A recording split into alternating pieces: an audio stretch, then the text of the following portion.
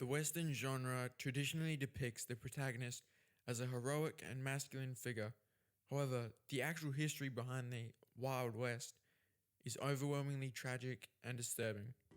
The Gothic Western, or Prairie Gothic, or Dark Western genre combines the setting and time period of the late 1800s American desert with the moody and complex themes of the Gothic genre to create a very unique subgenre.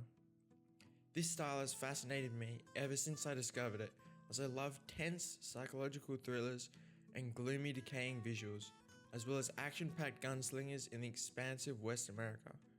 If you've ever been interested in either Western or Gothic elements at all, I encourage you to watch this video.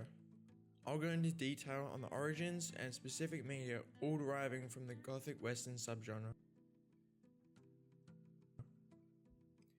After the devastating effects of both world wars, consumers began to become less interested in classic monsters like zombies and werewolves, but they started to desire more grounded and realistic storytelling.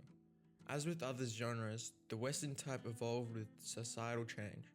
The vast, endless desert backdrop was now being used for psychological conflicts and moral ambiguity. The first title to use the phrase Gothic Western was a book by Richard Brautigan, I hope I'm pronouncing that right, titled Hawkline Monster, a Gothic Western, written in the early 70s. The story covers two morally grey gunmen who save two sisters in an isolated mansion from a monster who killed their father living in ice caves underneath the house. However, as the story goes on, it's revealed the monster is just a person chemically poisoning them, causing hallucinations. This story had movie adaptations in the works with some surprisingly large names like Jack Nicholson, Clint Eastwood, and Tim Burton attached, but eventually fell through due to Clint Eastwood leaving the project. There are two main books in the genre that are very well known. These books I'm referring to are the Dark Tower series by Stephen King and Blood Meridian by Cormac McCarthy. While the Dark Tower is certainly relevant, it incorporates numerous different other genres, which is one of the reasons why I want to focus more on Blood Meridian. Blood Meridian was written in 1985 and it is an epic western surrounded by the violent brutality of the real American frontier, following a teenager who joins a gang of scalp hunters who track down Native Americans. There are many videos going into deep detail on the story, but the main takeaway you should have is that it casted a new light, or should I say darkness, on the Western genre, creating a disturbing story in the wild desert, enveloped with a cycle of hatred, sadism, and endless gore. It is truly the only book of its kind, and is a pillar of the Gothic Western subgenre. It's hard to discuss the distinctive genre of Gothic Western without mentioning its history and music. It's basically just country music with moody and darker Gothic lyrics. It similarly reflects the changing consumer's desire for more deeper and realistic projects at the time in the American South, following the Second World War as mentioned earlier. One band to mention is the Handsome Family, as they are one of the only specifically Gothic country bands. The most notable music, however, which can be considered Gothic country, is the American Recording series by Johnny Cash, as they were described as having a Gothic sound and image whilst being primarily country music. I mean, just look at the album cover.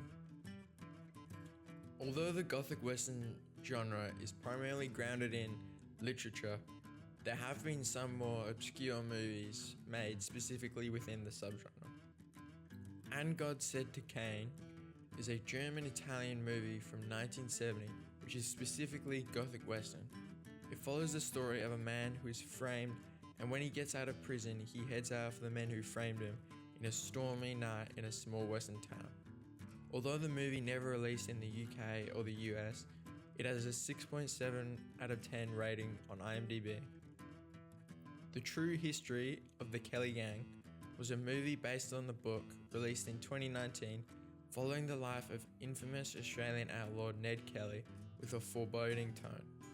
It has a 6 out of 10 rating on IMDb and features some very well known actors like Russell Crowe, Charlie Hunnam, Nicholas Hoult, and George McKay. The Power of the Dog is a Western psychological drama from 2021 based on the book.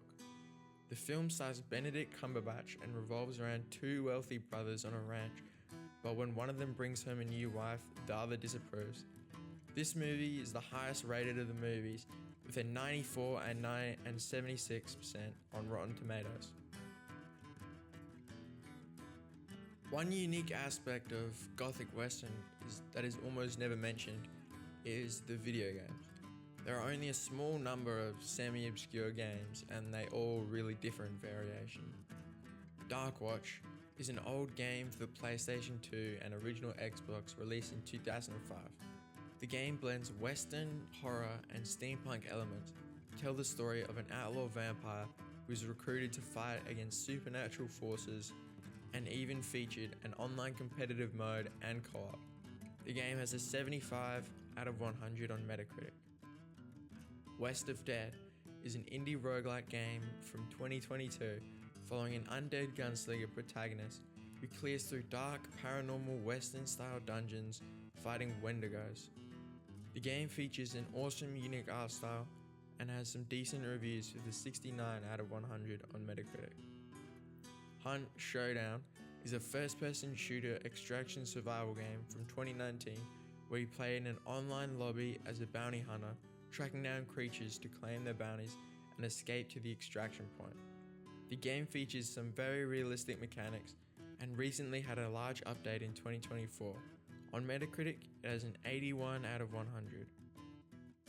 I should also mention Evil West, a God of War style hack and slash game from 2022, although it has some mixed reviews.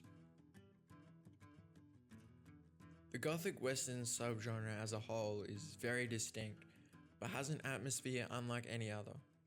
I really wish the genre would have a resurgence in the future, as it began originally in literature, but most of the big movie productions were never able to get off the ground, and the well-known ones that do don't fully capitalize on the genre's potential like the video games do.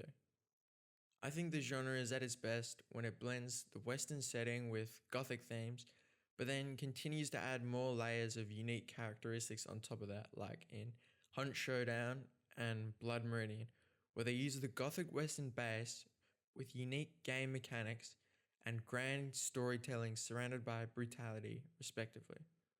Overall, this subgenre is dear to me, and I hope it continues becoming more mainstream in the future. Thank you for watching the video. I really hope you enjoyed it, and if you did, please like and subscribe.